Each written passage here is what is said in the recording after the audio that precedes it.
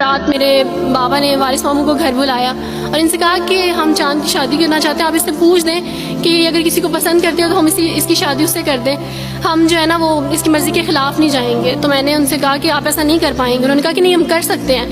مجھے یہ تھا کہ مجھے پچھتاوا نہ رہے کہ میں نے شاید اس دن پاپا سے بات کرتی تو پاپا مان جاتے. تو میں نے ان سے کہا کہ پاپا میں ایک مسلمان مرد سے شادی کروں گی, آپ ایسا میرے لیے کر سکتے ہیں؟ اگر آپ کسی مسلمان سے میری شادی کریں گے تو ٹھیک ہے, میں شادی کرنے کے لیے تیار ہوں. میری گھر میں ایک سناٹا چھا گیا اور اس خاموشی کے بعد جو ہے یعنی سب فیملی والے رونے شروع ہو گئے. انہوں نے کہا کہ آپ اپنے مذہب میں واپس آ جاؤ.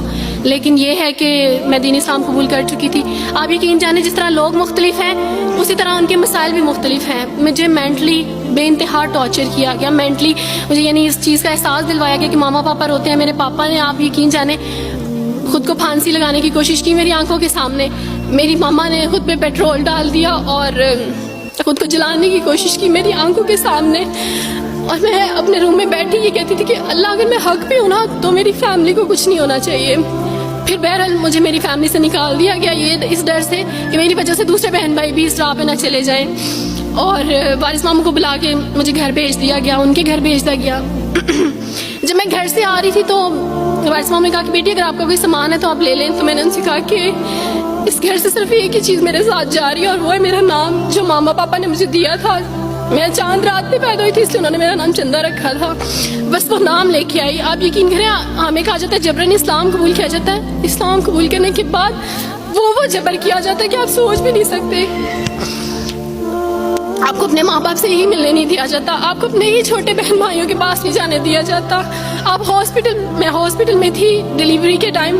آپ یقین جانے میرے پاس کوئی بھی نہیں تھا جو مجھے بیڈ سے اٹھا کے بٹھا سکتا.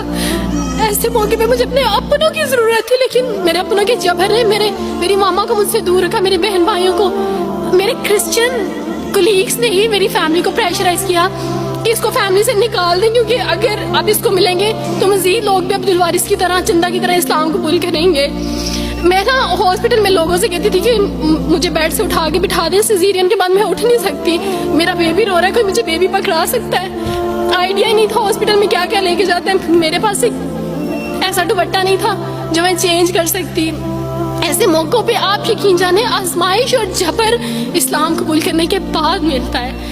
مجھے آپ سب سے توقع ہے, آپ سب اسلامک اداروں سے توقع ہے کہ اب آپ ہمارے لیے سٹیپ لیں. ہمارے اپنوں نے تو ہمیں چھوڑ دیا, انہوں نے جو ہمارے ساتھ جبر کیا اس جبر کے بدلے آپ ہمارے ساتھ نیکی کریں. اب آپ کیا سٹیپ لیتے ہیں نیو مسلمز کے لیے جن پر یہ الزام لگایا جاتا ہے کہ ان پہ جبر کیا جا رہا ہے؟ ہم پہ جبر نہیں, ہم پہ جبر اسلام قبول کروانے والوں نے نہیں کیا, بلکہ جن کے گھروں سے ہم آئے تھے اسلام قبول کرنے کے بعد جبر تو ان کی طرف سے تھا. کبھی کٹے بیٹھ کے روئی